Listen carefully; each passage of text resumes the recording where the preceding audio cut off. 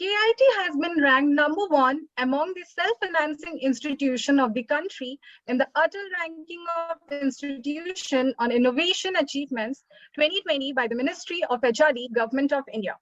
The pre-budget economic survey, which is just tabled in the Parliament ahead of the Union budget to present the state of the economy, and has suggested few policy prescriptions, quite often which has missed out in the budget forecast. And this time, the survey projects a very level of economic growth, which has been around 9%. The survey is expected to strongly hit at inflation risk to the economy and the need for consumption-based growth issues, which had become a major headache for the policymakers even before the COVID-19 pandemic began. I have already said some time back that the pre-budget talk by students is one of my most favorite events of School of Management. Not only School of Management, in my entire career when I was a student also, I was one of the active participants in this pre-budget things.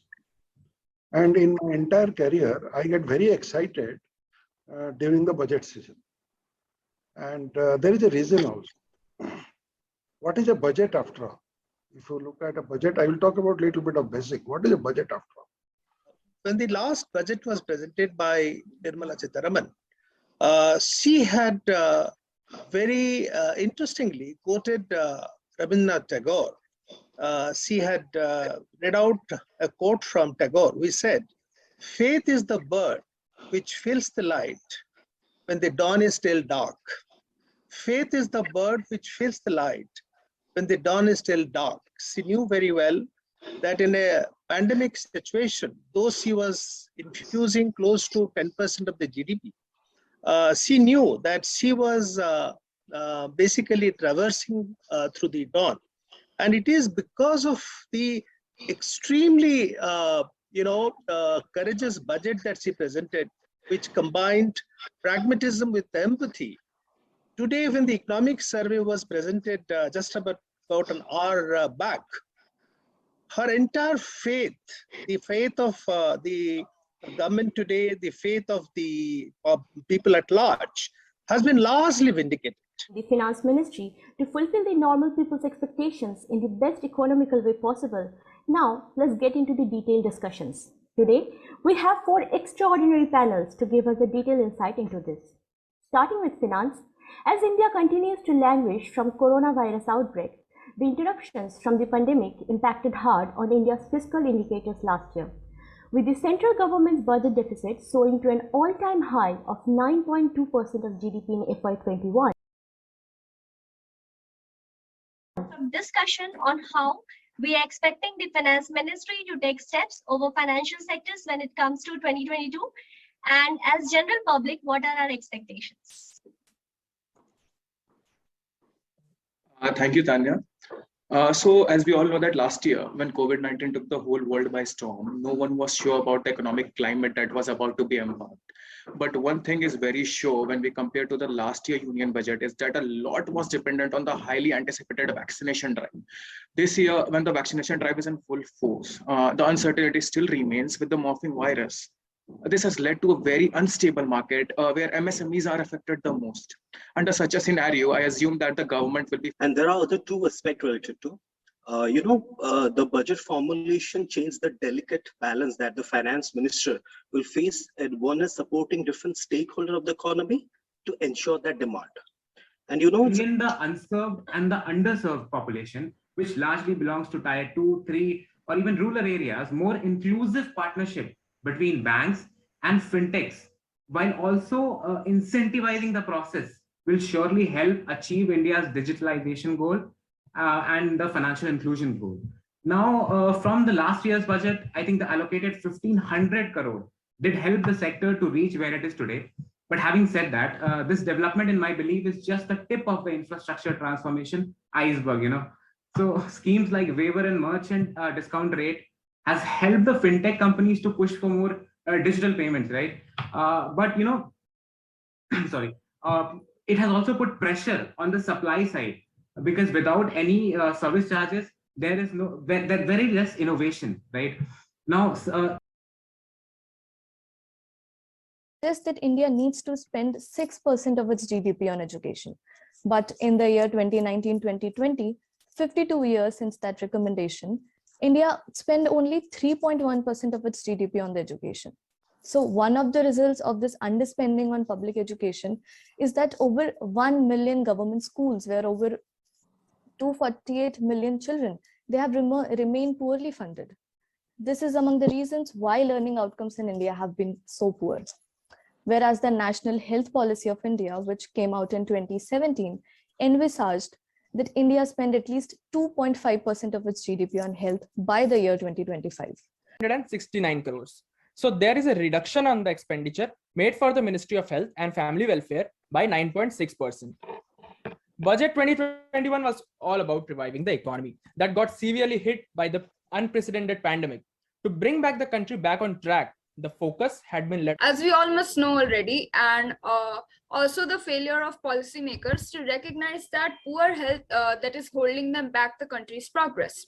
Limited funding for the health sector coupled with low efficiencies in public spending by the government for decades have adversely impacted not only the quality but also the reach and provisioning of adequate healthcare services. This has consequently resulted in widespread inequities in distribution of health.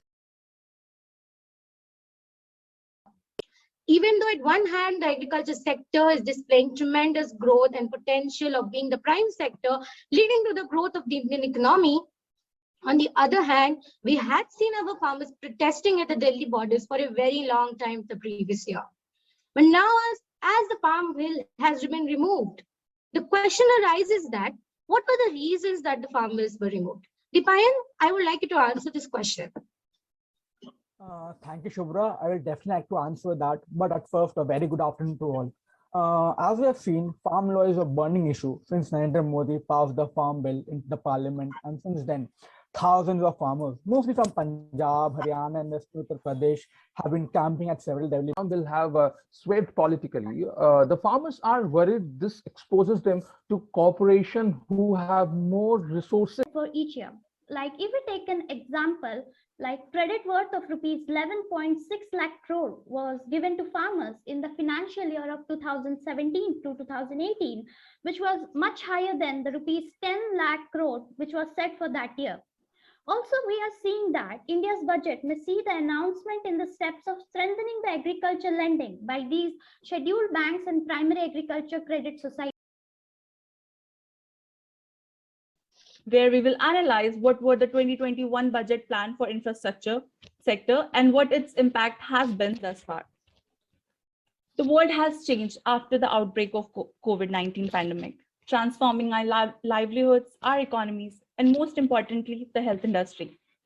Health infrastructure is a crucial part of the health sector. Due to the pandemic, it has become our utmost priority to focus on. So Shreya, can you tell us how health infrastructure had been highlighted in the previous budget? Thank you, Tanu. Well, as you mentioned, COVID-19 made healthcare the central focal point. We saw Finance Minister announcing the highest ever budgetary allocation of rupees 2,24,000 crores for fiscal year 2022.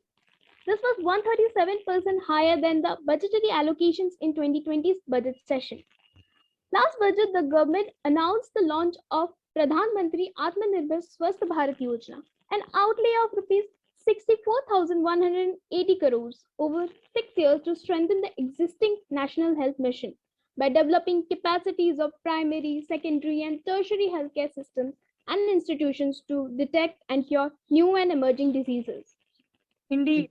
The budget allocated rupees 1,18,101 crore, the highest ever outlay for the Ministry of Road Transport and Highways.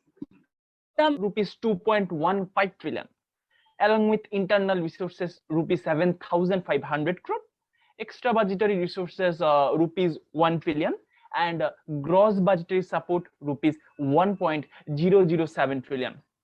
Tanu. Wonderful discussion with 100% concentration. There was so much to learn. There were what I really liked about the discussion is that the emphasis on numbers. And numbers tell us a lot more than just ideas. Okay.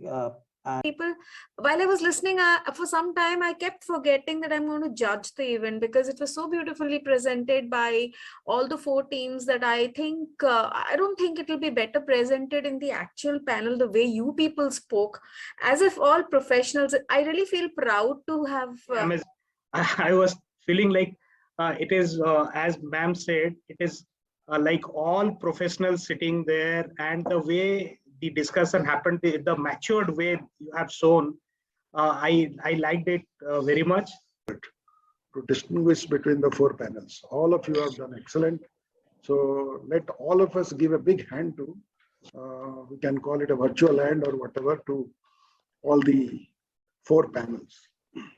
And this year I am making a deviation from the norm. I would extend a hearty vote of thanks to our director, sir, dean, sir, all our lovely faculty members who spared the valuable time out of their busy schedule to join us for this discussion. I would like to extend a warm thanks to Professor Sikta Singh for organizing and coordinating the discussion in such a wonderful manner. And lastly, I would like to thank all the participants who have been such an active listener, and my team. I would like to thank them, each and every member, for their hard work, which made this session a success.